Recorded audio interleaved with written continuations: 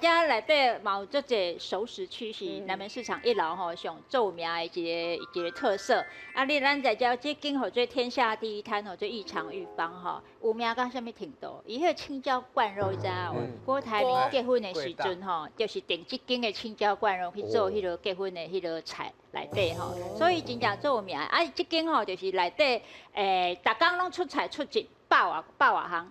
拢是很煮的，而且完全无添加任何的迄个防腐剂啊、人工香料。伊是咱专台湾菜市啊第一间摕到 HACCP 的认证的迄个一个熟食摊。